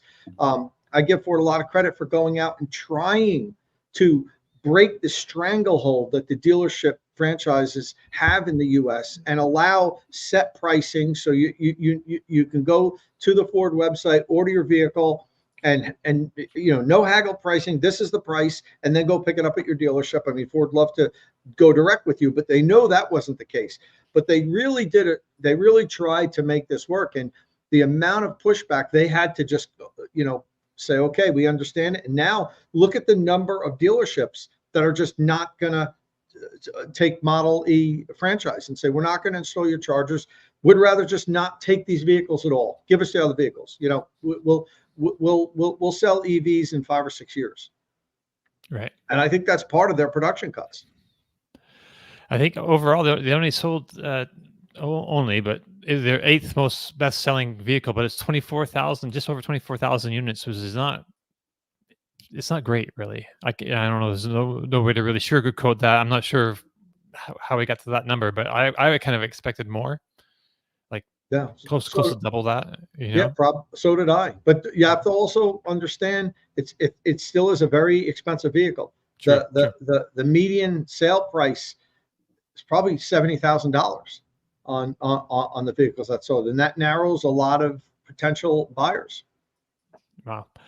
All right. I wanted to show you before we leave Ford. This is not really a big news story, but they shared this, I believe, yesterday, this trim package for the Mach-E. Since we're talking about Mach-E and we have Mach-E vlog folks on our show right now, I just thought I'd share this. It's an appearance package, but it's for the Mustang Mach-E GT, and but it gets the MagneRide suspension of the top spec of the thing, and I think it starts around 60,000, so it's like a pretty decent deal, I think, going on here. Yeah, 60,000, 990, 61, and there's going to be some mysterious optional performance upgrade coming that will make it apparently the quickest Mach-E to 60 miles an hour yet. So that's kind of interesting. Did you hear anything about that, Liv or Patrick? We have not. They didn't mention the Mach-E at all, really, at the event. Just in our other interactions with Ford over the past few months, like we got like a briefing about the Mach-E rally when it came out, and we talked to Donna Dixon, who's the chief engineer of the Mach-E, and we got some information like there's new motors in the Mach-E. But they didn't say is it in all models. I think it might be the GT models may have Ford motors now. They're currently Borg-Warner motors. But I was, it was like, well, how fast? So like if you notice, like on the rally, it was like it'll be sub 3.5 seconds, and then we were like, well, that's faster than the current Mach-E GT. So what's going on? And it's like, oh, there's different motors. But then if the Mach-E rally is up 3.5 seconds with those tires, then a Mach-E GT should even be slightly faster than that. So we don't really have a lot of tech specs that are on this new version of the GT. The one thing about the Magna Ride in the US, that was always like the performance edition of the GT, Right. But like in the UK and Canada, elsewhere, the GT just came with that. So I think, it just on the one hand, it simplified production for Ford, but on the other hand, it meant like you couldn't sort of like, let me save a little bit of money and still get a GT. Right. I mean, the Mach-E gets knocked for its suspension sometimes, and the Magna Ride really fixes all that, right? It fixes it all. It's such a good ride. Not only better handling, but just better ride quality. Driving around, it's excellent. Right. All right. So I guess let's move on to. You got any questions about anything there, Tom? You good, Martin? All right. I think you're muted, Martin, but it's okay. We can move on to the next thing. And that is, this thing. It was supposed to debut in the first half of 2023. Didn't happen. Then it was supposed to debut before the end of 2023. Also didn't happen. Probably because Stellantis pulled out of the LA Auto Show after it made the reveal announcement in October, the last reveal announcement. So I thought it might debut at CES. Want to pull up a picture of this thing for us, Martin? So last Tuesday morning, with about $5 worth of fanfare, a press release was uploaded to the Ram website, and now we know a lot more about the first all-electric vehicle in the Ram lineup, and that's the ProMaster EV, and it's a full-size van built on the same platform as the ICE version of the ProMaster that you've probably seen on the roads for the last 7 or 8 years. But it was designed to be electrified, though, and there's already an electric Fiat version of this and a Vauxhall Opel version of this available in Europe. So we're a little bit late to the party here, but the Ram ProMaster EV delivery model with roll-up rear doors is now available to order, and they will have 2 non-delivery / cargo models with traditional rear doors a little bit later, Ram says. But no word on a passenger version. So the powertrain in this boasts a 110 kilowatt-hour battery that they say has a targeted range of up to 162 miles in city driving. So clearly this is made to do work in towns and cities, maybe not running between the towns and cities so much. Let's see. It also features, maybe you can explain this to me a little bit, Tom. They say the Ram ProMaster EV features level 3 DC fast charging options of 50 kilowatts, 85 kilowatts, 125 kilowatts, and 150 kilowatts. A wall-box charger level 2 with up to 11 kilowatts is available. So I'm not sure what to take from that, really. Any ideas why they would have like multiple charging option power levels? No, when I saw that, I was taken aback a little bit. I think it's ridiculous. Throw in 50 kilowatt standard and 150 is your option. There's no need to offer those 2 intermediate levels. Really, there's no need. And most of the vehicles that use these, the companies that use these delivery vans, quite honestly, don't have need for DC fast charging at all. These vehicles go out, they have a set route, they deliver product, they pick up product. They come back to the depot, and they plug in and they charge overnight. You know, 50 kilowatt is probably more than what most of them need. But to offer, like, what's the benefit of bumping up another 20 kilowatt and then another 20 kilowatt? You know, it's like, it's really bizarre. I've never seen any other companies really offer like a step up offering like that. And particularly for this use case, it's more mind boggling to me. You know, I like the van. And I think the range is going to be okay for a lot of businesses. Now it says up to 162 miles. So In let's city. say in city. So yeah, I know, Don, but you know, Don, first of all, a lot of delivery vans are in the cities. A lot of them are. Sure. Yeah. And even the ones that aren't in quote unquote cities, a lot of businesses, and I have friends and I have business partners that own companies that have lots of delivery vans. My uncle owns a vending company. They have 25 Mercedes Sprinters. My other partner owns ice cream distributorship in Patterson, New Jersey. He's got a bunch of vans. He's got trucks too, but he's got a bunch of vans. They know exactly how far these things go every day, and they have set routes, and they could live just fine even in the winter with a vehicle like this, because most of them have 50, 60, 70 miles a day routes. That's it. Right. And they'd be fine with this. And they're not plugging in. They're not stopping them. You're not paying an employee to sit at a DC fast charger. True. Like midway through the day. True. On his route. You know, and you're not using a DC fast charger at your depot. You know, you're setting up a whole bunch of level 2 charging. Even if it's, power sharing, or even if it's lower, they don't even have to all charge at 11 kilowatts. The vehicles come back into the depot 5, 6 o'clock at night. They're not getting used till 6, 7 o'clock in the morning. You got 12 hours. That DC fast charging rate's kind of bizarre to me, but I love these delivery vans. I've said it before on the podcast here. I don't like Ford's first generation.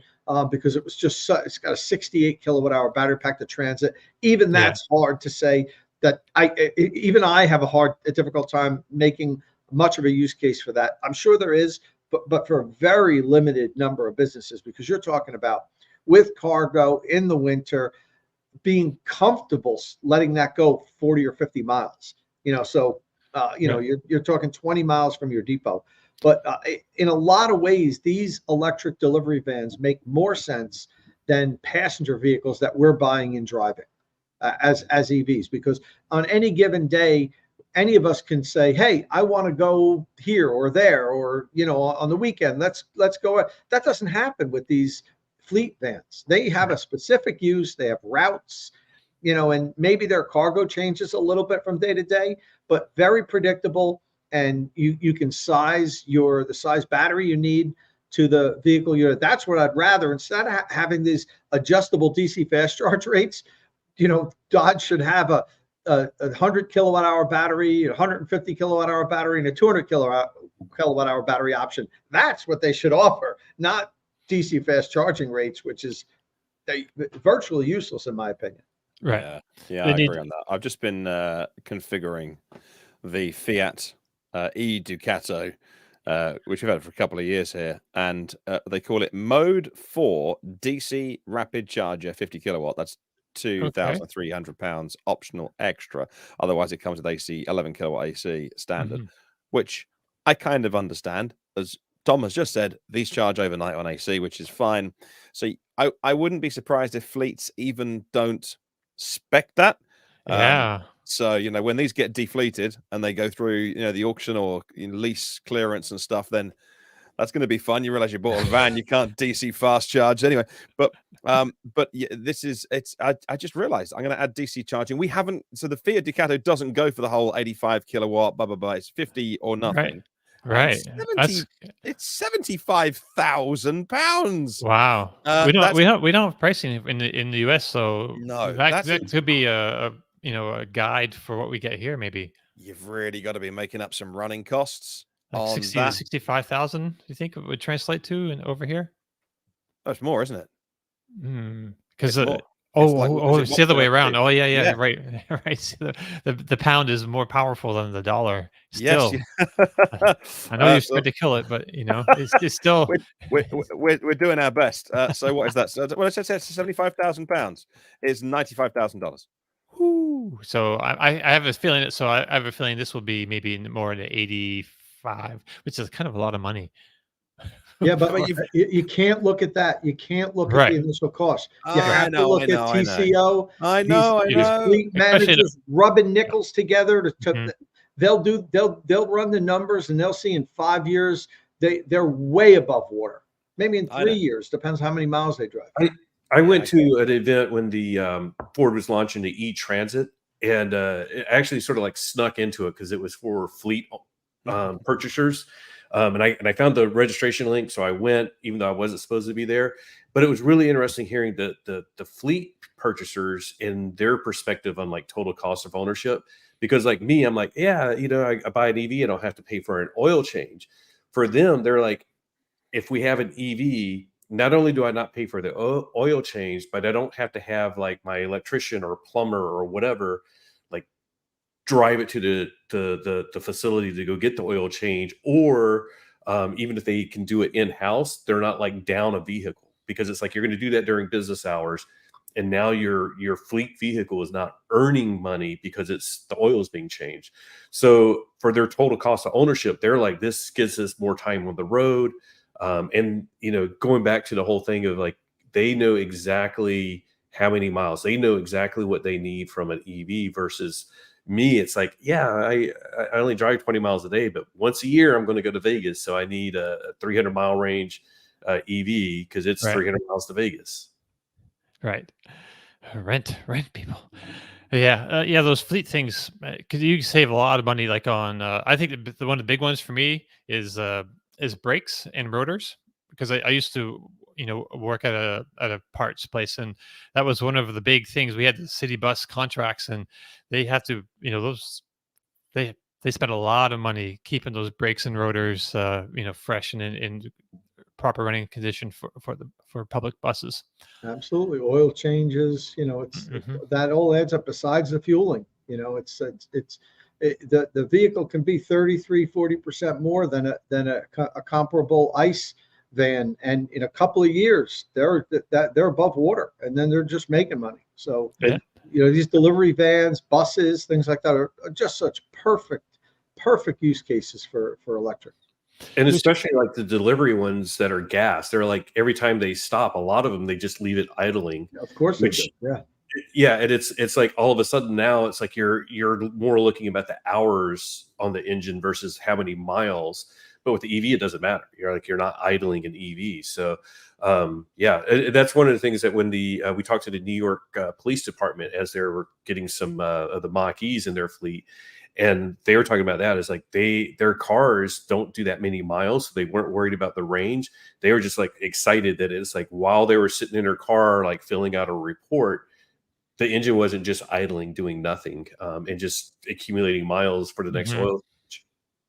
They have to leave them running, police. Like they're required to. They're not allowed to turn them off, even when they like go to a convenience store. You ever notice they leave them running outside the store? And I asked, I have a lot of friends that are officers, and I asked them why do you guys always like? Are you afraid someone's going to hop in it and steal it? It's running and unlocked in front of the 7-Eleven or whatever. And like we're not allowed to turn them off, because if we're in there and we get a call to respond and we run out and it won't start, like the battery died or something, like someone could die. So we have to, I start my shift, I turn my car on, it does not shut off until my 8-hour shift is over. So yeah, with EVs, think of how much they're saving on fuel and pollution and everything. And also the start-stop nature of deliveries. Does the words milk float translate to the US? No. Okay. I've heard it. I know what you were talking about, because milk was all in the whole electric vehicle community. So that's right. So this yeah. is like the insult to electric vehicles, like, oh, they're glorified milk floats. So this was a very, very common thing for me growing up. It was part of British culture. They'd always be on TV. I remember growing up in the 70s and 80s. and milk floats were just always around. We always had milk delivered to our doorstep, and then they started adding like butter and bread and stuff like that. And I guess it replaced the horse and cart. And so, yeah, people used to come to your doorstep with a horse-drawn thing and drop off supplies and milk, and also they'd come and take away what you've done in a bucket over the last week, I suppose, as well, on a different horse and cart. But anyway, but yeah, and then it went it went electric, and like this is a milk float, and it's very much part of our culture, is that your milk always arrived in a glass bottle on your doorstep in this. And this was does the article say? I think of it as a 70s thing, but does it say when? I'm not sure when they stopped doing it over here. I know they had this in the US too, right, Tom? August 67, I guess. A milk float? No. Well, I mean, just milk, home deliveries of milk.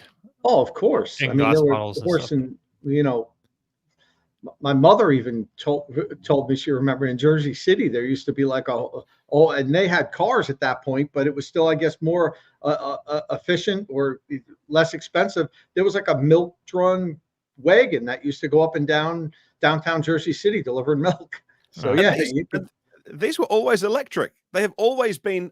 They were never combustion powered. They were always, because they were always so quiet. I remember growing up, and you'd always hear the clinking of the milk bottles you'll see the little crates that they get carried in. You get the empties put back in there. You'd always hear the bottles clinking against each other over the sound of the electric motor. We grew up with electric vehicles. Like, I remember my window being open and waking up and hearing the milk arriving, and like that was just the thing.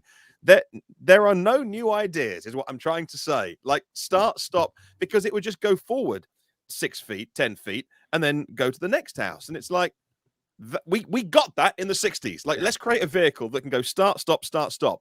And then 50 years later, Amazon bring your parcels the next day, and they're like, God, if only we could have an electric vehicle. One day we'll get away from combustion and we'll have EVs for this. And you're like, oh man. There's no new ideas, are there? So we nailed this 50 years ago, and we've kind of gone backwards. Right. Yeah. Oh, they'll be reflooding the roads. You know, it'll be happening. Electrification of commercial vehicles. It's a big thing. It's happening. Before we go, we still have a few minutes left. I want to hit this for you, Tom. As our regular listeners know, Kyle got to spend a few days with the Tesla Cybertruck and really check it out and do some initial testing over the past week or so. So, Tom, you decided to have Kyle on the State of Charge channel to get his take on the Cybertruck, a vehicle that you have or maybe had a pre-order for. Now, the title of the video seems to suggest that Kyle, who I know really wants to get a Cybertruck after all of this, is a dud. So how do you square that triangle, so to speak?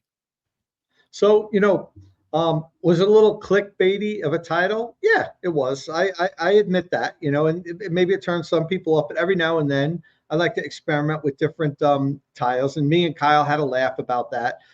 We talked about it. He actually chuckled, and he made a tweet also like, I don't really love that title, but he's okay with it. But if you watch the video, at the end of the video, towards the end of the video, I flat out ask him, do you think, in the context of what Tesla promised, do you think that it's Tesla's first dud? And Kyle said, yeah, it is. So it's not like he didn't say that, but for me to lead with that on the title was, it was a little clickbaity. I admit it. It seemed to work because the video is doing really well. But, if we want to talk about dud, that's really, he talked a lot about, we talked about towing, charging, a lot of the different payload and all that stuff.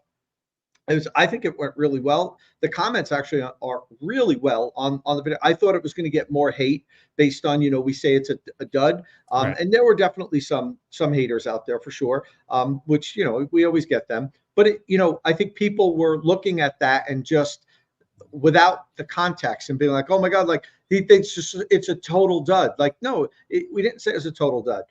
Was it the first time Tesla didn't deliver what they promised? 4 years ago, it was going to have 500 miles range. It was going to tow 14,000 pounds. It was going to have 3,500 pound payload capacity. it was, had these new 4680 cells that were, the greatest things in the world that were going to charge faster and be all this. When it comes to market 2 years later, now we can't blame the whole 2 years on Tesla because we had some crazy crap happen in the world. But 2 years late, and it didn't hit any of the specs that they promised. None of them. So, the glass isn't bulletproof, so it can still, we can still say that it's Tesla's first dud, but that it's still a cool vehicle that I want to own. At least I know I can say that. Some people can't divorce the two things and say, well, if you say it's a dud, you must hate it and you want nothing to do with it.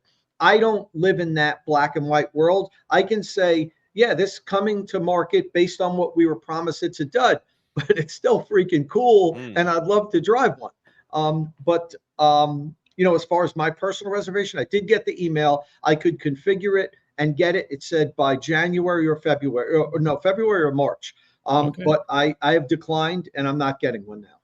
So I turned it down and I've decided really based on what I've seen so far. It looks cool. Do I want to drive one? Yeah. Will I rent one and do some charge recordings and some range tests and stuff? Absolutely. Do I want that over my Lightning? No, I don't. So right. Patrick, you have any Cybertruck thoughts? It's funny because when we were in Vegas, I was talking to Kyle and he had just come in from Austin and doing all of his videos. Right. And I was like, as I was watching your videos, it sort of reminds me of the RZ450E because it's like a little bit controversial looks, drives well, but charging and range aren't great. And he's like, yeah, that's sort of exactly it. But I still want one. But I think it is interesting because it's like the range is disappointing compared to what Tesla said and promised.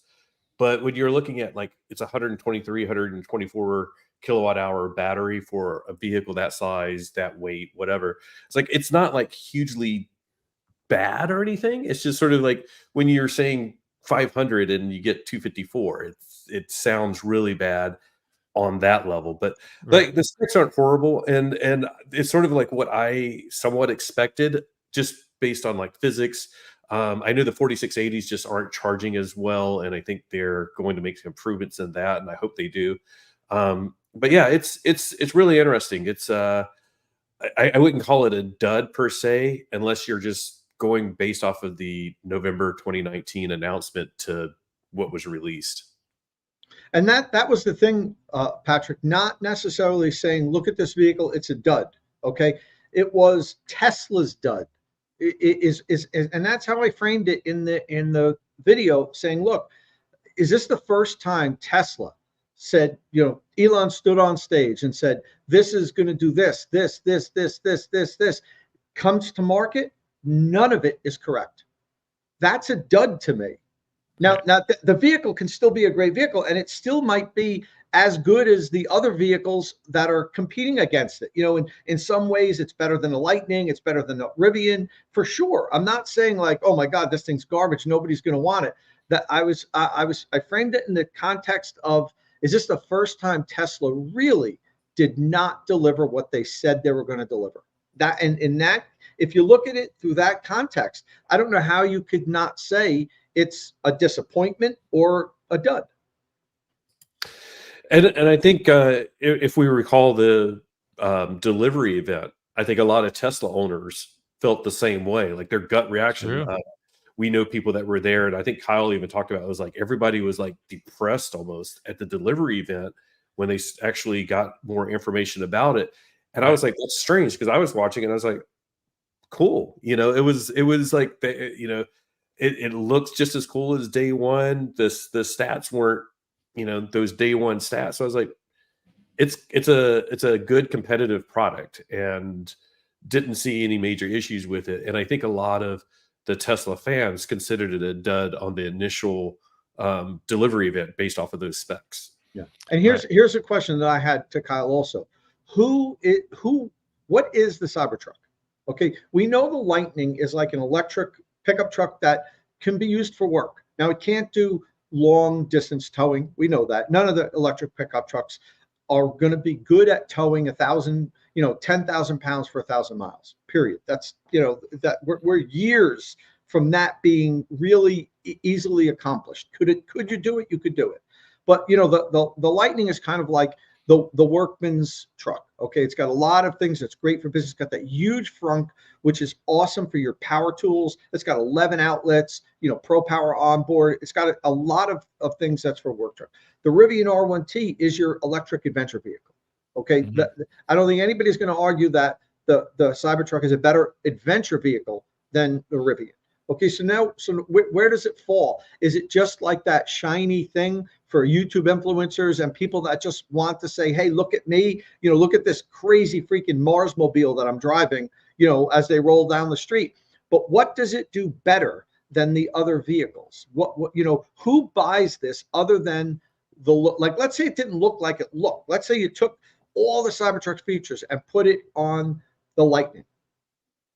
Which one would you buy? The Lightning or the Cyber Lightning? And that's what I'm struggling with. Is it just the Tesla faithful that, just they want a Tesla, right. And now that these other vehicles are going to have access to Tesla superchargers, you can't say, well, I want that because it's the only one that I can go on road trips with, because the other ones I can't use these crappy networks. So that was all in the context of me saying, is it a dud? What does it do better than the other vehicles? Yeah, I guess you could shoot it with a 9mm and survive that, but that only happened a couple times to me in my life where I got people try to shoot me with a 9mm. But so like, what is it? And I'm not being a hater here. I'm more defending my video than hating on it, because I still love it and think it's so cool. I'm just not cool enough to buy. I thought your video was very well qualified in the definition of a dud. When Kyle at the end said, is it a dud? It was, well, based on what we were told, yes, it's a dud. And that's just entirely Tesla's fault for leading us up the garden path with what they said they would do, which kind of worked 3 years ago, didn't it? It kind of, SpaceX saying, oh, we're going to go to Mars in 2026. It's going to be, a million robo-taxis on the road in 2020. They're going to drive themselves across the country. You could be in New York in your car, you'll summon it and it'll car all of that. Elon Musk saying, oh, he's going to sort out, water problems, and then he's going to do this and that. And because none of it happens back in the day, he got a pass. And then things like the Roadster and the ferocity of the Tesla fan base at times is that they deservedly have a huge fan base, just sort of lapped it all up. And what's interesting is in a kind of a 2024 world where we're all just older and jaded now, when he comes out and buys Twitter and says, we're not reinstating a single account on here without we're going to establish a board of people to look at these accounts we've banned, and then the next minute Alex Jones is back on. He's his best buddy, and then more recently they cancelled a bunch of accounts from journalists that Elon Musk didn't like, the Mr. Free Speech absolutist. So I think we're also tired of the nonsense now from Tesla that even someone as impartial as Jason from Engineering Explained, like the world's greatest YouTuber, in my opinion. He's great. He's great. His videos over the last, whatever it is, like 10 years, have just changed what YouTube could do and educate people and all sorts. Like, he's got like 2 million views on his video this week, when all he did was point out was Elon Musk stood on stage and twice, if you rewatch that Cybertruck event, twice said, it's faster over a quarter mile than a 911, and we're towing a 911. And all Jason proved using the screenshots was they didn't do it. They ran an eighth of a mile, and it probably wouldn't do it. And it probably couldn't do it. Interesting. One of the engineers did reply to him on social media. I imagine that whether it's been deleted yet or not, I don't know. Very rare for anyone else to be allowed to publicly said, yeah, we didn't do the quarter mile, but our calculations say that it probably would have done. And what wasn't called out years ago, people now call out this BS when they see it. And that has unfortunately ruined all the good stuff about the Cybertruck. Like, the Cybertruck is actually really, really interesting and a really good vehicle. But the whole kind of, we send every CEO of a car company how to build a 48-volt vehicle. And like, if you know anything about cars and you've seen 48-volt mild hybrids around forever, like 48 volts in a vehicle is not that big a deal. Actually, the ether loop stuff they talked about is really interesting. Yeah. Actually, the vehicle to home stuff they talked about is really interesting because there's not many people getting it right. And if Tesla turn their attention to V2G and V2H, they'd nail it and change the world. But they didn't. They're like, yeah, we've seen every car company how to do 48-volt systems. 48 volts not a big deal. I mean, the cabling's different. You can save some money. It's some weight savings, but really, like Ford, we're talking about this in I don't know, Ford were doing a 36-volt analysis back in the 90s, and like the automotive industry has talked about, do we move on from 12-volt forever? And they've kind of gone, no, we'll stay with 12-volt. Like it just kind of works. There's some benefits. No one's denying there are benefits, but it's not like he thought of the idea like he told people he thought of Hyperloop and the idea of, that's been around since about 1912. And so what is interesting is I think they are sabotaging themselves at the moment. We saw it this week as well with Tesla when he said, I want 25% of the company again. Like, and all these Tesla fans who are investors who previously he could do no wrong with them were coming out and being like, why am I diluting my shareholding in the company? You sold your shareholding to buy a social media company, and now you're saying you want 25% again. That hurts me. And these are like the real pro Tesla YouTubers. They would never have done that 3 years ago. No. And it annoys me that Tesla are not sabotaging, but are just reading the room all wrong. And for that reason, the Cybertruck is a dud because it didn't fulfill any of the promises we said, and they didn't promote any of the really good stuff about it. Mm-hmm. And they just need, I don't know, they need to do more of what they did before, which is when Elon gets his time, then they have all the engineers on stage, on stools, and they give those people the spotlight. That's when Tesla's at its best because they do amazing things. Mm-hmm. But that whole, throwing a tennis ball at the window and that was not, Cybertruck's not been good so far. Yeah, I mean, good. It's not been good so far. What the was future that will with the have to baseball thing too? Like that, I didn't get that. Was that just like them making fun of themselves? I guess because at the launch event they threw a baseball against the window, which obviously you could throw that against any car. Any window, yeah. So like I think they were making fun of themselves, but they didn't do it the right way. Like it was kind of like, what are they doing there? Yeah. So at some point he becomes a liability to the people that have got their retirements in one company. But would you get rid of him? No, because he has that hype machine. Has created so much value and so many great products. I don't know. I think no one talks about the Model Y being the best-selling car. Everywhere, beating not just best-selling EV, the best-selling car in so many markets in the world. Like that, that just gets brushed over. And now we're talking about, they lied at the just blatantly lied at the Cybertruck event. And it's like, this is all wrong. We should be praising Tesla for so much other stuff here. So it is a dud. On the basis to defend Tom's video, and he qualified it, what we were promised. No, it was all lies. It's a dud. I think we have to wait to see how it does in over the next year, like with sales, basically. It's not going to be a sales dud. I didn't make that. No way. No, I mean, that's really. I mean, for the Tesla board and Tesla shareholders, I mean, that's really what they're looking at. Will it sell? They don't necessarily care if it meets all whatever marks.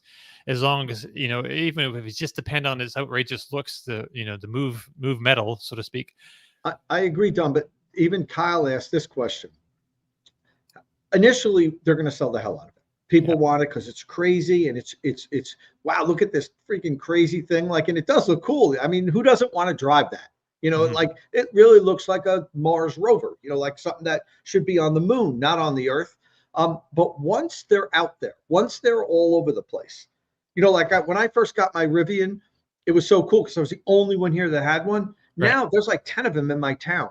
It's like, and it's nice to have something that's very unique that other people don't have. But now that it's totally like, I have a Rivian, like everybody has a Rivian here. What about when there are Cybertrucks all over the place? Right. What does it have to stand on sales-wise? when it's not this crazy, unique thing that everyone wants to get their hand on. You know what I mean? Like the Model Y continues to sell fantastic because it's a great, like, affordable electric family mover. It's got a ton of volume on the inside. It charges well. You know, it performs well. It has a niche that it's doing better than the other vehicles in that segment. But other than being this ridiculously cool looking thing, I don't see it being a better vehicle than these other vehicles. And if Ford does deliver, I know it's a big if, in 2025, we're 2 years away from that, less than 2 years probably for the T3. Silverado EV is just launching now, much more range, you know, than that. Ram Charger's coming out. Ram Rev. So you can have, well, isn't it the Ram Charger with the isn't the Ram Rev just the all electric one, and then Ram Charger's the one with the hybrid? I forget. Yeah, that's it.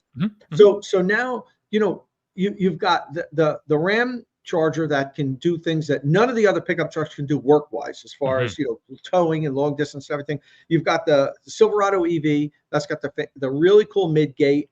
It's got, you know, vehicle to home stuff. It's got a 450 mile range.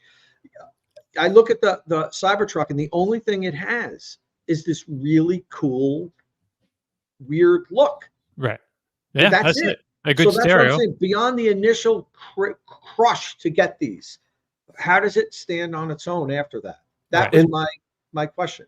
And then if you're talking about like being a sales dud, it's like which metric are you going to use? Because like if you tell me like they're going to sell 100,000 Cybertrucks next year, I'd be like, oh my God, that's amazing that they hit 100,000 next year. They could sell them if they can make them. Yeah, and I think so. I think I agree. But then if you also like, if you go back to like what some of the hype enthusiasts were saying, like there's 4 million estimated Cybertruck orders. Well, then if you compare it to that metric stick, you're going to be like, well, they only sold 100,000, which is as many as they could make. I think it's going to be a success. And in fact, you know, I think it is going to be sort of a niche type. Like it's not going to be the person that wants like the Lightning, the Frunk, and the like work utility. It's not going to be necessarily the Adventure. It's going to be like the cool truck. And to be honest, I think it could actually help out the Lightning and the Rivian and the Silverado, because when, you know, it's one thing to be like, I want the cool truck because it looks cool. I've never seen anything like it, and it's bulletproof. But then when you're like, all right, now I need to go make a $1,000 monthly payment on something, you start, you know, it's like the cool factor is great when you're like, you know, making $100 decision, but you know, when you're spending your money and you got to get stuff done, you may go like, well, now let me look at this Cybertruck. You know, it doesn't do exactly what I want to do. Look at this Silverado, and that actually suits my needs better, and it's cheaper or whatever, you know. So I think those type of factors are going to come in. I think it's going to, you know, as Tom said, as everybody's been saying, it's like, I think they'll sell every one that they make for the next few years at least. I can't wait to see I want to see them saturate the market here in Southern California, because I think there's going to be a lot of people buying those. We're not as much of a truck company or truck country as like where I grew up in North Carolina, where everybody had a pickup truck. But I think there's going to be a lot more being sold out here. So it's going to be fun to see. Yeah, I think wasn't there an article about one of the early owners making some YouTube videos? He's paying $450 a month insurance, and he did like 162 miles. Dom, you had the range. You sent it this morning on our group chat. Inside EVs has an article today. There were two owners that talking about their vehicles getting between like 164 to 206 miles of 206 miles of range, but that's only up to 80%, I believe. Still, the one owner posted he has 10,000 miles on it. Could you believe a Cybertruck has 10,000 miles on it? That's a lot of miles. That's crazy. Yeah, that's like a year's worth of driving almost. And he's averaging 599 watt hour per mile. Right. Okay. So that's like 1.6 mile per kilowatt hour. So I'm going to defend that a little bit, because it's not that bad. And I'll tell you why. You know, it's the winter now. I don't know where this person lives. I'm assuming it's in a cold weather area. It's got these big tires on it. So when I put my KO2s on my Lightning, the BF Goodrich KO2s, I took a efficiency hit. I'm averaging now. It's very cold here now, and I drive my vehicles pretty hard. I don't, I do launches from traffic lights and stuff. I mean, not crazy break the speed limit launches, Right. but I don't accelerate slowly. I have a heavy right foot, and I'm averaging now 1.7 miles per Okay. kilowatt hour since like mid-December with the Okay. KO2s on it, which is like 575 watt hour per mile. So, I know you look at that and say, "Oh my God, that's terrible." Hey, Kyle's here. So, you look at that and you say, "Oh my God, that's terrible." It's really not that bad. If this person's driving in cold weather, I'm sure the vehicle's new, so they're probably juicing it a bit, off the line and everything. That's not terrible. I'll defend it there because I know when you first saw it, you were like, "Oh, that's not good." But it's really not that bad in the winter with those 35-inch tires on. 600 watt hour per mile is what I would expect. Right. And I hadn't read the 80% part. That's like deeper into the article. Like the headline is like the big range numbers that are kind of like ridiculously low. And so, you got to get into the article to get the context. Yeah. But I'm just talking about overall efficiency. Right. That's 1.6 in the winter with the 35-inch crazy off-road tires isn't terrible. Right. It's not terrible. That's fine. It's like everything else, basically. Yeah. It's well within that spec. But we were expecting it to be better. See, that's part of the dud. Right. Because when Tesla brings cars to market, they were always better than the competing vehicles in like most metrics. And the Cybertruck isn't. It kind of fits right in there, range-wise, efficiency-wise, towing-wise, payload-wise, with the other electric trucks. And this is the most expensive, fully loaded version that is on the market. I mean, 10,000 miles is pretty good going for anyone who's had their Cybertruck. They've driven non-stop since they took delivery. They might drive more than Kyle. These people. Yeah, I mean, maybe it's just they haven't. We found the driving. one. They got a truck and they haven't really gotten out of it. We found the one. Yeah, like sound system. That's pretty common. Yeah. The steer by wire. I've seen some shorts or some videos or some Instagrams from people using that, and it looks like I think it's a ZF system. Correct me if I'm wrong. I think I Tesla, heard that. Mm-hmm. They bought that in from ZF. ZF know what they're doing. Or maybe it was sort of obviously co-developed. Obviously, the implementation is a Tesla implementation. Of how it all works with the vehicle, but they've got that seemingly sorted. It looks pretty good. People doing different speeds and showing the various angles they're doing it. It looks like it's very well honed already for a first attempt. And then they say dislikes the charge time, which is fair enough. The range, which is fair enough. Everyone's saying that.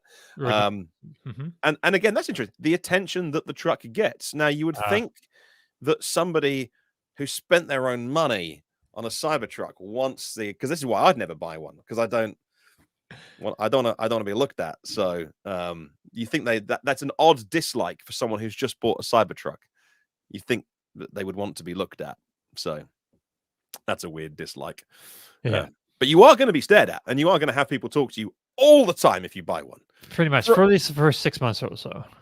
Then we'll see if once the more get on the road, if it becomes normalized a little bit, somewhat. Yeah. Right. But I think that brings us to the end of our show. I don't know. Liv already left, so she's on a doctor's appointment that she has. I thought she's like, I'm just getting rid of these losers. She's like, that's it. I'm sure she has like important things to do, which is great. We love Liv. So if you have any questions or comments, please leave them below or get in touch with us on the social media platform of your choice. Don't forget, if you like the show, please give us a thumbs up, click subscribe, tap that bell icon for notifications. Thank you all very much for joining us again, and we'll see you all again very soon. Ciao.